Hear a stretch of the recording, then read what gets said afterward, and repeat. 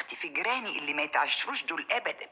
انت عارفه يا حبيبتي ان انا طول عمري نظيفه وشملوله وحاجتي دايما زي الفل، وده علشان بقى اغسل اول باول، ما اخليش غسيل يتكوم على التاني ابدا. لكن تقولي ايه بقى في الجيران اللي بيغيروا مني هيطقوا مني عشان انا نظيفه وشملوله. طب اهو عندك اول امبارح بعد ما غسلت ونشرت ونشيري كان زي الفل، قلت ادلق الميه بتاعت الغسيل، رحت فاتحه الشباك على الاخر ودلقها في الشارع. اتبي ست ام نجاة اللي ساكنه جنبينا كانت فايته تحت الشباك ونزلت عليها ميه الغسيل غرقتها. بصت لي اختي وراحت زعقه: ايه الميه دي ميه الغسيل يا اختي، عقبال عندكم. وهي ميه الغسيل تترمي من الشبابيك برضو يا خالتي بامبا؟ اما انت امرك عجب قوي يا ست ام نجاة. ارميها يا اختي مطرح مرميها، انت زعلانه ليه؟ مش عايزاني ازعل يا خالتي بامبا، والميه نزلت عليا غرقتني وغرقت الهدوم اللي انا لابساها.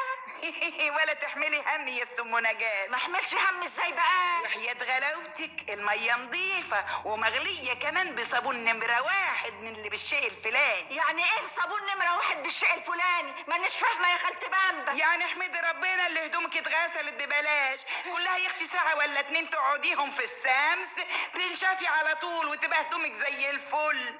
غلطتش يا اختي، اقوم ابص الاقي الست ام نجاة قال ايه تروح على الكراكون عدل وتعمل له مسكره، واللي في الكراكون يا اختي يعوموا على عمهم ويعملوا لي قال ايه محضر عشان بدلق ميه في الطريق العام. حق النبي ده يصح برضه بين الجيران وبعضيهم. واحكي يا اختي للراجل ابو سيد يقول لي: حد يرمي الميه في الشارع من الشبابيك يا بامبا؟ امال دورات المياه معموله ليه؟ يا اخويا اصلا انا كنت جنب الشباك، ايه بقى اللي هيوديني دورة الميه؟ هو انت بس غاوي تعبي وخلاص؟ يبقى تستاهلي تروح تشتكيكي وتحبسك كمان. انت يا راجل انت معايا ولا مع الكراكون؟ يا بامبا انا مع الحق.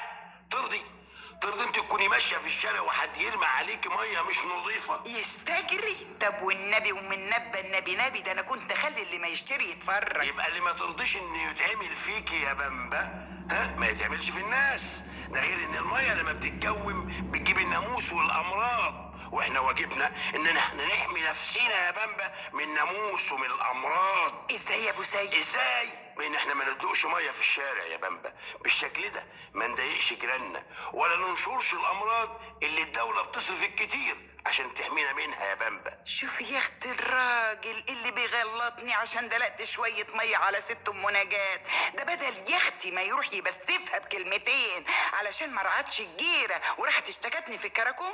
لكن هقول لكم ايه، طول عمره كده واقف ضدي وما يجيش في صفي ابدا.